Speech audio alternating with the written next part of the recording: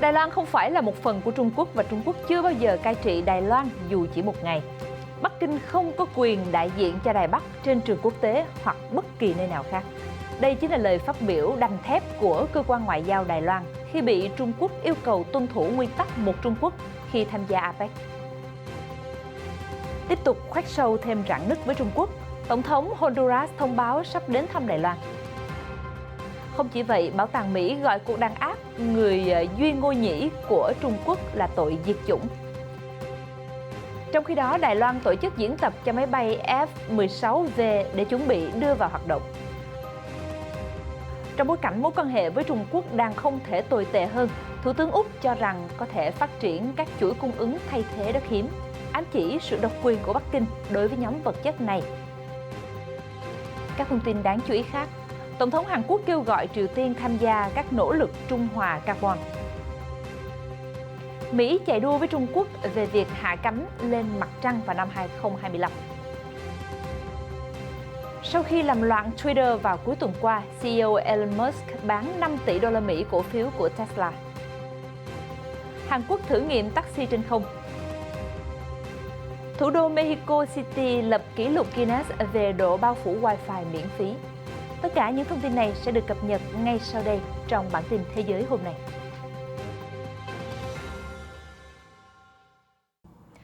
Phi Yến chào mừng quý vị cùng đến với bản tin Thế giới hôm nay trên kênh truyền hình FPNC. Kính thưa quý vị, vào ngày 10 tháng 11, bà Zhu Fenglian, người phát ngôn văn phòng các vấn đề Đài Loan của Trung Quốc cho biết, sự tham gia của Đài Loan vào các hoạt động của APEC phải dựa trên nguyên tắc một Trung Quốc.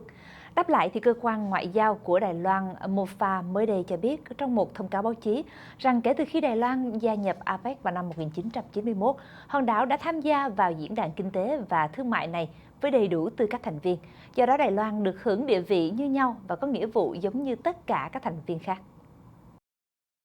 Vào ngày 10 tháng 11, bà Zhu Fenglian, người phát ngôn văn phòng các vấn đề Đài Loan của Trung Quốc cho biết sự tham gia của Đài Loan vào các hoạt động của APEC phải dựa trên nguyên tắc một Trung Quốc. Đáp lại, cơ quan ngoại giao Đài Loan MOFA mới đây nói rằng không có nguyên tắc một Trung Quốc trong thỏa thuận cho phép Đài Loan tham gia APEC. MOFA nhắc lại rằng Đài Loan không phải là một phần của Trung Quốc và Đảng Cộng sản Trung Quốc chưa bao giờ cai trị Đài Loan dù chỉ một ngày. Trung Quốc không có quyền đại diện cho Đài Loan trên trường quốc tế hoặc bất kỳ nơi nào khác, mà chỉ có chính phủ được bầu của Đài Loan mới có quyền đại diện cho 23,5 triệu người dân hòn đảo.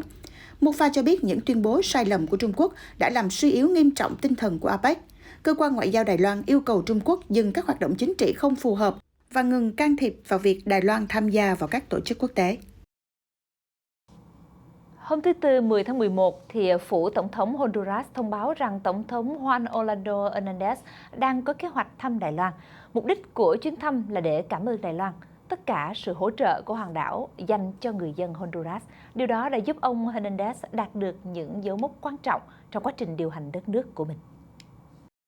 Phó Tổng thống Honduras mới đây thông báo rằng Tổng thống Juan Orlando Hernández đang có kế hoạch thăm Đài Loan để cảm ơn hòn đảo vì đã hỗ trợ cho người dân Honduras. Điều đó đã giúp cho ông Hernández đạt được những dấu mốc quan trọng trong quá trình điều hành đất nước của mình. Người phát ngôn cơ quan ngoại giao Đài Loan MOFA Yoan U chỉ ra rằng năm 2021 là kỷ niệm 80 năm quan hệ ngoại giao Đài Loan-Honduras, do đó hai bên đã thúc đẩy một loạt các hoạt động kỷ niệm nhân sự kiện đặc biệt này. Bà U nói thêm, Đài Loan hoan nghênh chuyến đi của ông Hernández và MOFA sẽ đưa ra thông báo chính thức về chuyến thăm trong thời gian thích hợp.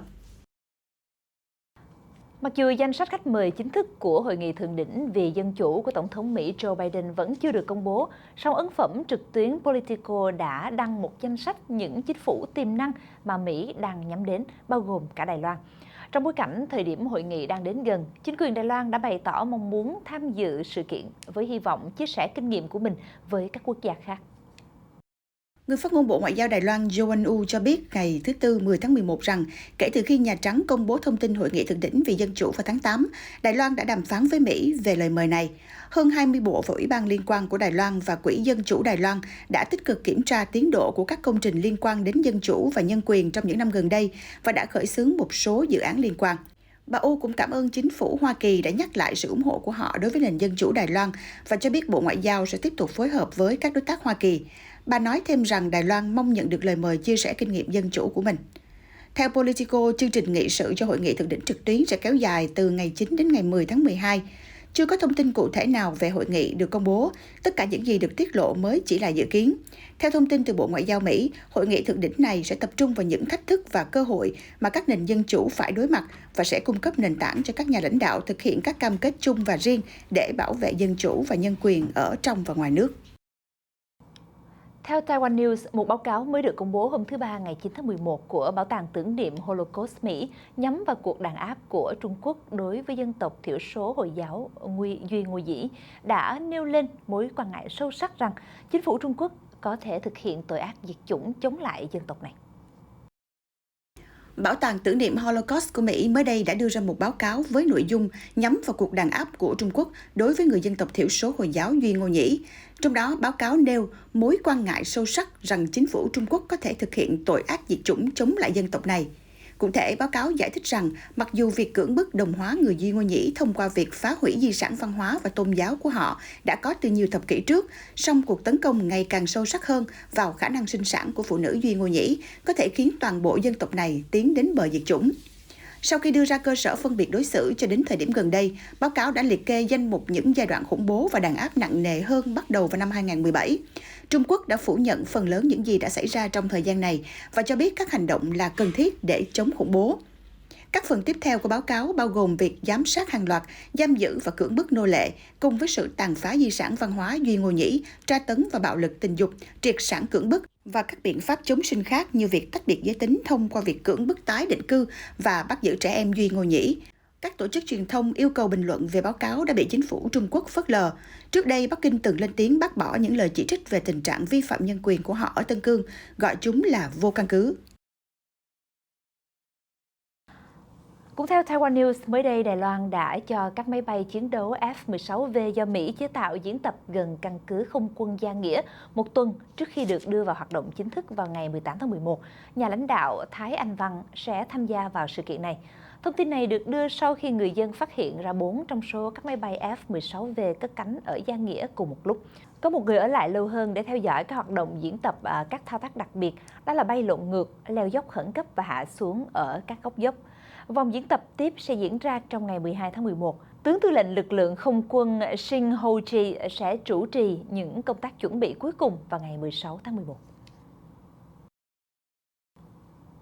Hôm thứ Năm 11 tháng 11 tại hội nghị cấp cao Diễn đàn Hợp tác Kinh tế Châu Á-Thái Bình Dương APEC lần thứ 28, Thủ tướng Úc Scott Morrison cho rằng các chuỗi cung ứng thay thế cho đất hiếm có thể được phát triển mạnh mẽ trong tương lai, ám chỉ sự thống trị của Trung Quốc trong khu vực.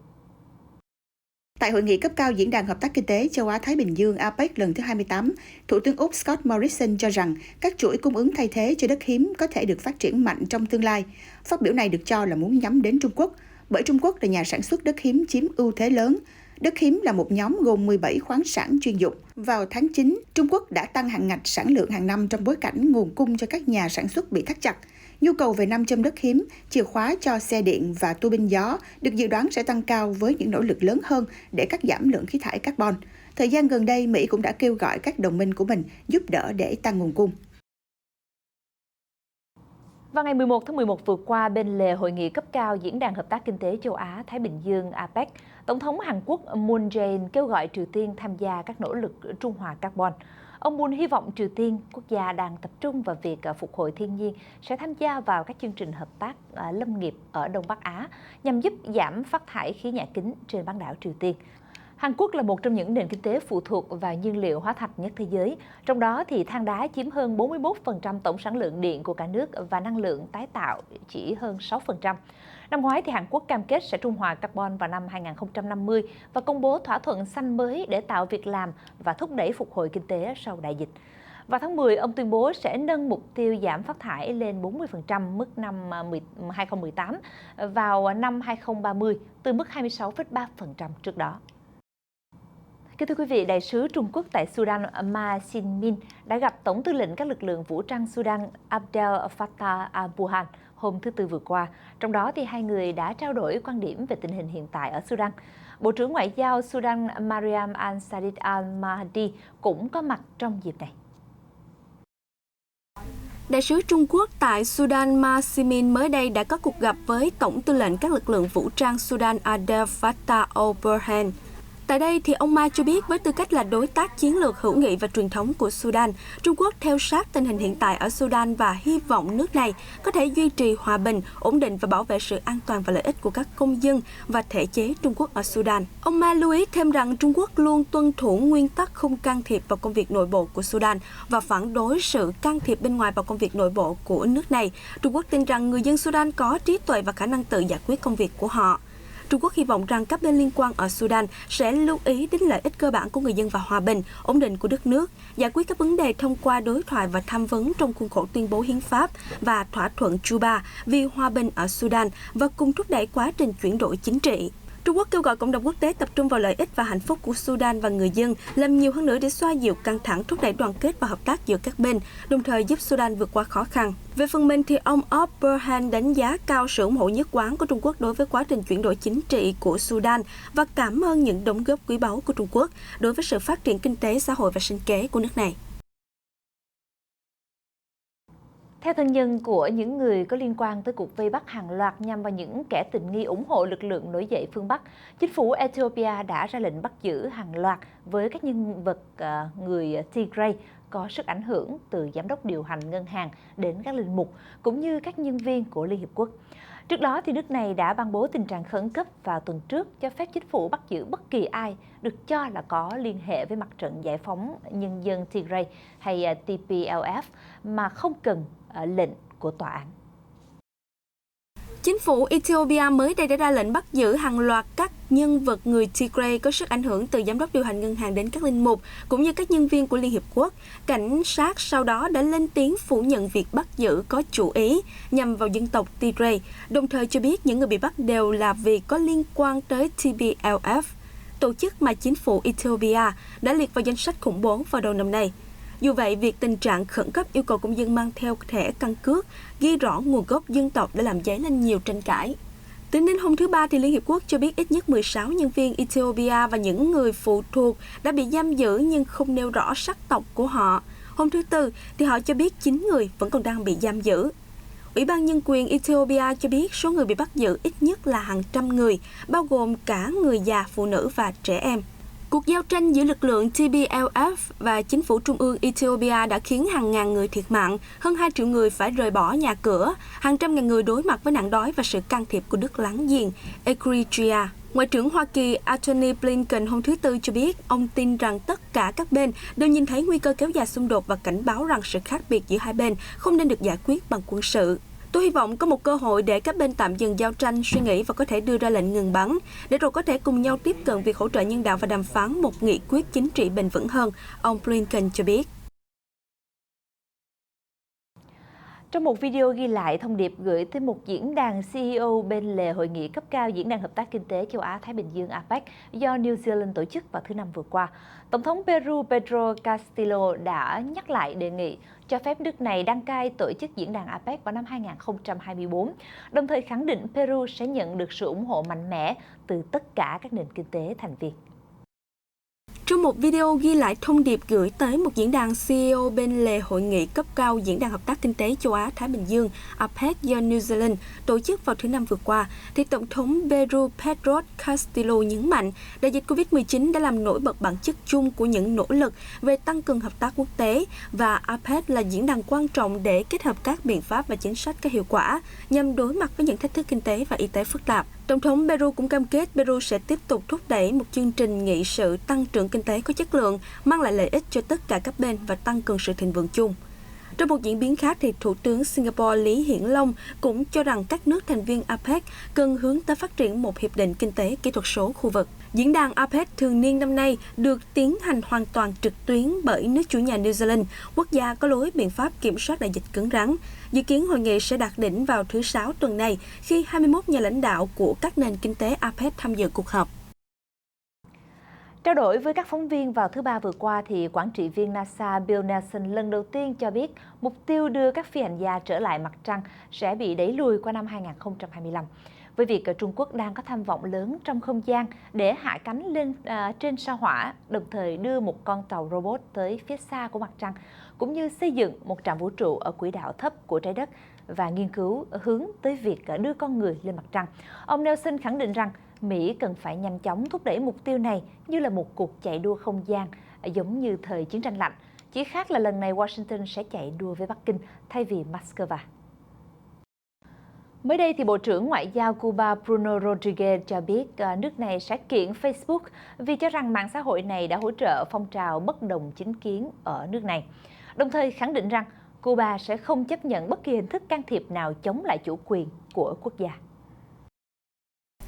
Bộ trưởng Ngoại giao Cuba Bruno Rodriguez cho biết trong cuộc họp với các nhà ngoại giao nước ngoài rằng Cuba sẽ không chấp nhận bất kỳ hình thức can thiệp nào chống lại chủ quyền của quốc gia, đồng thời dọa sẽ kiện Facebook vì cáo buộc mạng xã hội này tiếp tay cho các phong trào bất đồng chính kiến ở Cuba. Vào tháng 9, thì những người bất đồng chính kiến với chính phủ đã yêu cầu được phép tổ chức hành động vì sự thay đổi của người dân vào giữa tháng 11, sau các cuộc biểu tình lan rộng được tổ chức vào tháng 7. Tháng trước, thì các nhà chức trách Cuba đã cáo buộc những người biểu tình đang tìm cách lật đổ chính phủ. Ông Rodriguez cho biết Facebook đã vi phạm chính sách cộng đồng bằng cách thay đổi logarit và thay đổi cơ chế định vị để mô phỏng sự hiện diện đông đảo của người dân Cuba ở Florida và ở các khu vực khác của Mỹ, đồng thời nói thêm rằng những hoạt động này đang vi phạm cả luật pháp Mỹ và luật pháp quốc tế. Facebook, công ty gần đây đã đổi tên công ty thành Meta, đã không trả lời ngay lập tức yêu cầu bình luận của Twitter. Nhà lãnh đạo bất đồng chính kiến của Cuba, ông Junior Garcia, người đã tổ chức ủng hộ cuộc biểu tình ngày 15 tháng 11 trên một nhóm Facebook có tên là Archipelago, đã không thể đưa ra bình luận ngay lập tức. Kính thưa quý vị, theo Reuters, kể từ khi thị trường carbon quốc gia của Trung Quốc bắt đầu giao dịch trực tuyến vào ngày 16 tháng 7, hoạt động tổng thể ổn định và có trật tự, giá hạn ngạch dao động hợp lý và khối lượng giao dịch trong một ngày liên tục đạt mức cao mới. Tính đến thứ Tư vừa qua, thì tổng giao dịch của thị trường carbon Trung Quốc đã đạt 23.440.400 tấn, với tổng kim ngạch giao dịch là 1.044 tỷ nhân dân tệ, tương đương với gần 163 triệu đô la Mỹ. So với tháng trước, thì số lượng các tổ chức phát thải chính tham gia giao dịch carbon đã tăng 65%, trong đó khối lượng giao dịch trung bình hàng ngày của giao dịch niêm yết theo thỏa thuận tăng 163%. Kết quả này được cho là quan trọng để Trung Quốc thực hiện mục tiêu đạt định lượng khí thải carbon dioxide vào năm 2030 và tiến tới trung hòa carbon vào năm 2060. Kính thưa quý vị, theo Reuters, thì mới đây, giám đốc điều hành của Tesla, ông Elon Musk, đã bán khoảng 5 tỷ đô la Mỹ cổ phiếu của hãng xe điện này. Động thái này diễn ra chỉ vài ngày sau khi tỷ phú này mở cuộc thăm dò ý kiến trên Twitter về việc có nên bán 10% cổ phiếu Tesla hay không. Theo văn bản trình lên Ủy ban Giao dịch và Chứng khoán Mỹ SEC, trong lần bán ra đầu tiên kể từ năm 2016 của mình, thì ông Musk đã bán gần 3,6 triệu cổ phiếu của Tesla với trị giá khoảng 4 tỷ đô la Mỹ cùng với thêm 934.000 cổ phiếu nữa giá trị là 1,1 tỷ đô la Mỹ để hoàn thành nghĩa vụ thuế liên quan đến việc thực thi quyền chọn mua thêm gần 2,2 triệu cổ phiếu. Ông Elon Musk mới đây đã bán khoảng 5 tỷ đô la Mỹ cổ phiếu của Tesla, tương đương khoảng 3% tổng số cổ phiếu mà ông Musk đang nắm giữ tại nhà sản xuất xe điện này. Trước khi kế hoạch này được công bố, thì ông Musk đã mở cuộc thăm dò ý kiến 62,5 triệu người theo dõi trên Twitter về việc có nên bán 10% cổ phiếu của Tesla hay không. Cổ phiếu Tesla đã giảm hơn 12% trong phiên ngày 9 tháng 11, trong đợt bán tháo kéo dài nhiều ngày đe dọa đến vị trí của Tesla trong câu lạc bộ các doanh nghiệp ngàn tỷ đô la Mỹ. Tuy nhiên, thì sang phiên 10 tháng 11, thì cổ phiếu của Tesla đã phục hồi 4,3%. Vào ngày 11 tháng 11, thì Hàn Quốc đã cho thử nghiệm hoạt động và khả năng kiểm soát phương tiện di chuyển trên không trong đô thị, tức UAM, hay còn gọi là taxi trên không. Hàn Quốc hy vọng sẽ đưa các UAM này di chuyển từ trung tâm Seoul đến các sân bay chính vào năm 2025. Hàn Quốc vào ngày 11 tháng 11 vừa qua đã cho thử nghiệm hoạt động và khả năng kiểm soát phương tiện di chuyển trên không trong đô thị UAM, hay còn gọi là taxi trên không. Buổi lễ thử nghiệm diễn ra tại sân bay Gimpo ở Seoul. Phi công điều khiển một mô hình UAM có 2 ghế ngồi do công ty Volocopter của Đức sản xuất để chứng minh khả năng kiểm soát và phối hợp của phương tiện. Theo Bộ Giao thông Hàn Quốc, thì hệ thống kiểm soát không lưu ở các sân bay cũng có thể giám sát và quản lý các UAM. Chiếc UAM sử dụng các cánh quạt giống như máy bay trực thăng, có thể cất và hạ cánh thẳng đứng. UAM có thể được lái và hoạt động tự động. Tuy nhiên, thì lúc đầu sẽ có phi công điều khiển UAM để đảm bảo an toàn và tạo lòng tin, sự chấp nhận của hành khách, theo một quan chức Bộ Giao thông Hàn Quốc. Tại buổi thử nghiệm thì các nhà thiết kế UAM Hàn Quốc cũng trình diễn mô hình của mình. Dự kiến vào năm tới thì Hàn Quốc sẽ thử nghiệm một nguyên mẫu cỡ lớn nhằm phát triển một phiên bản UAM 5 chỗ ngồi. Hàn Quốc hy vọng đưa các UAM vào hoạt động như những chiếc taxi trên không, di chuyển từ trung tâm Seoul đến các sân bay chính vào năm 2025. Hội đồng Bảo an Liên Hợp Quốc mới đây đã tổ chức một cuộc họp về hoạt động gìn giữ hòa bình. Tại đó, thì Tổng thư ký hoạt động vì hòa bình Jean-Pierre Lacroix đã thông báo tóm tắt cho các đại biểu về diễn biến của sáng kiến hành động vì gìn giữ hòa bình A4P. Trong đó, thì ông Zhang Xuan, đặc phái viên Trung Quốc tại Liên Hợp Quốc cho biết, cảnh sát thực hiện các sứ mệnh gìn giữ hòa bình của cơ quan này nên giúp các sĩ quan cảnh sát địa phương thực hiện trách nhiệm trong việc bảo vệ an ninh công cộng. Hội đồng Bảo an Liên Hợp Quốc mới đây đã tổ chức một cuộc họp về hoạt động gìn giữ hòa bình. Tại đó, thì Tổng thư ký hoạt động vì hòa bình Jean-Pierre Lacroix đã thông báo tóm tắt cho các đại biểu về diễn biến của sáng kiến hành động vì gìn giữ hòa bình. Ông Lacroix cho biết lực lượng đặc nhiệm liên cơ quan về chính sách sẽ tích hợp các điểm mạnh và lợi thế của tổ chức này để tiếp tục củng cố quan hệ đối tác với các tổ chức khu vực và tiểu vùng. Tại cuộc họp, thì ông Giang Shuang, phó đại diện thường trực của Trung Quốc tại Liên Hợp Quốc lưu ý rằng tổ chức này nên sử dụng tốt hơn các thành phần cảnh sát trong các hoạt động gìn giữ hòa bình vì tình hình an ninh quốc tế đang ngày càng trở nên phức tạp với nhiều mối đe dọa an ninh đa dạng. Ông Gang cho biết kể từ lần đầu triển khai các hoạt động gìn giữ hòa bình vào năm 2000, thì các sĩ quan cảnh sát gìn giữ hòa bình Trung Quốc đã hoàn thành nhiều nhiệm vụ khác nhau. Trong những hoàn cảnh khó khăn, họ đã lập kỷ lục không vi phạm quy tắc, không hồi hương và không thương vong trong chiến đấu. Kể từ năm 2015, thì Trung Quốc cũng đã giúp các quốc gia đóng góp vào việc đào tạo hàng ngàn sĩ quan cảnh sát gìn giữ hòa bình. Kính thưa quý vị, một bác sĩ phẫu thuật chỉnh hình ở Ai Cập mới đây đã mạnh dạn từ bỏ sự nghiệp của mình để theo đuổi đam mê. Đó là công việc tái chế, biến những con tàu bị chìm thành các món đồ nội thất hữu dụng. Anh Sahimet, 45 tuổi, sống ở thành phố Alexandra, Ai Cập, bắt đầu sự nghiệp chế tác những món đồ nội thất tinh xảo, được làm bằng những mảnh gỗ từ các con tàu từng lênh đênh trên biển. Anh Mac chia sẻ, anh tạo nên thương hiệu Gaze Warren với mục đích biến những tấm gỗ tưởng chừng như bỏ đi này thành các đồ vật có giá trị. Gaze Warren trong tiếng Ả Rập có nghĩa là những cây thông phi lao khổng lồ mọc gần bãi biển Agami, nơi anh Mac sinh sống. Những món đồ nội thất mà tôi chế tác là độc nhất vô nhị vì nhiều lý do, từ kiểu dáng đến chất liệu. Vật liệu làm ra chúng là những miếng gỗ từ những con tàu bị chìm. Chúng thường rất cứng, vừa chắc mà vừa mang vẻ đẹp cũ kỹ. Bên cạnh đó, loại gỗ này sẽ không bị côn trùng xâm nhập và phá hoại. Việc từng gắn bó với công việc bác sĩ phẫu thuật chỉnh hình cũng giúp người đàn ông Ai Cập có thể chế tác những món đồ nội thất không những mang hơi hướng hiện đại mà còn tạo cảm giác thoải mái cho khách hàng của mình. Anh Mac thường xuyên bán các tác phẩm của mình cho bạn bè, khách hàng trên trực tuyến hoặc trưng bày chúng trong một số triển lãm. Theo truyền thông đưa tin, thì những chiếc vòng tay kim cương từng thuộc về nữ hoàng nước Pháp Marie Antoinette đã vừa được bán với mức giá 7,46 triệu franc Thụy Sĩ, tương đương 8,18 triệu đô la Mỹ. Tại buổi đấu giá ở thành phố Geneva, Thụy Sĩ, hai chiếc vòng tay kim cương xa xỉ này được mua bởi một người đấu giá qua điện thoại, đạt con số 7,45 triệu franc Thụy Sĩ, tương đương với 8,18 triệu đô la Mỹ. Món đồ trang sức từng thuộc về bà Marie Antoinette, nữ hoàng cuối cùng của nước Pháp, đã rơi búa ở mức giá cao gấp vài lần so với ước tính trước đó là 2 đến 4 triệu đô la Mỹ.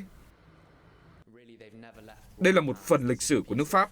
Nó đã niên đại hơn 200 năm. Nếu cầm những chiếc vòng tay này trên tay, bạn sẽ thấy chất lượng tay nghề của người thợ vượt trội hơn rất nhiều so với những thứ mà chúng ta thấy hiện nay. Rất hiếm để có thể tìm thấy những món đồ trang sức có chất lượng tuyệt vời như vậy. Hai chiếc vòng tay, mỗi chiếc bao gồm 3 chuỗi kim cương với tổng số 112 viên kim cương, là tài sản của một gia đình hoàng gia châu Âu trước khi chúng thuộc sở hữu của người khác.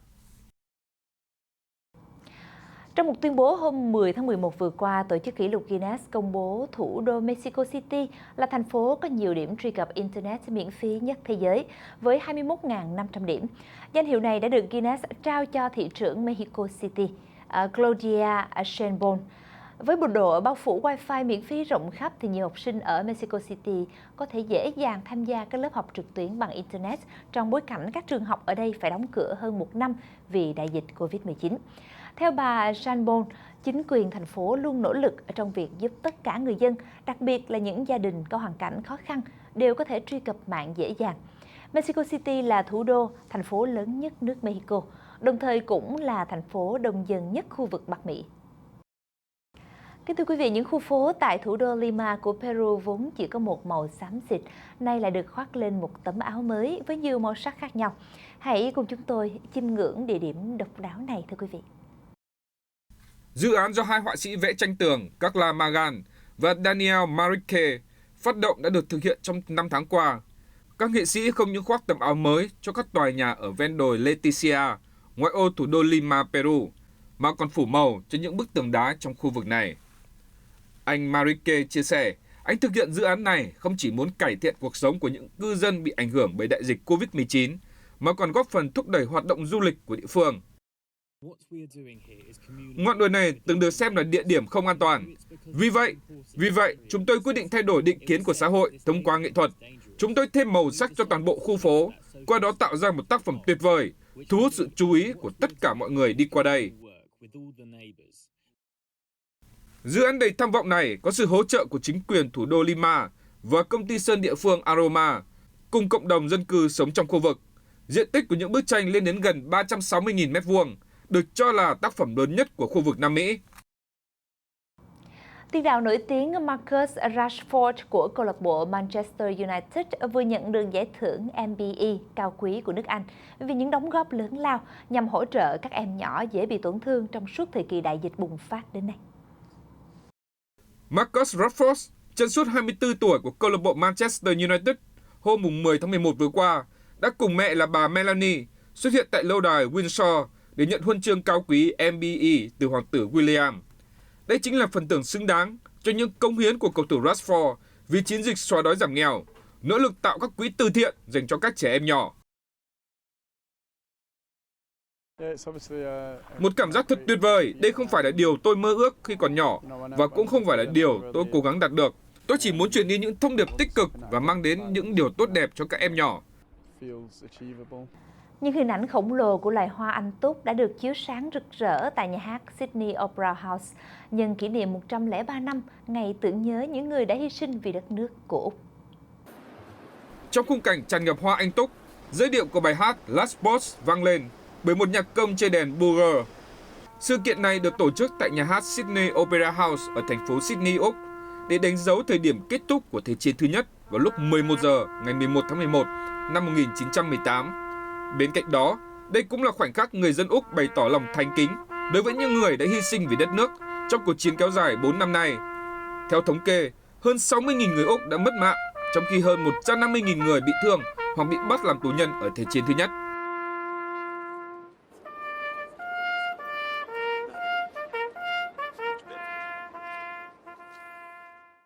Vâng, kính thưa quý vị, đến đây thì bản tin Thế giới hôm nay xin được khép lại. Thay mặt những người thực hiện chương trình, Phi Yến xin cảm ơn quý vị đã quan tâm theo dõi. Xin được kính chào và hẹn gặp lại quý vị trong những chương trình kỳ sau.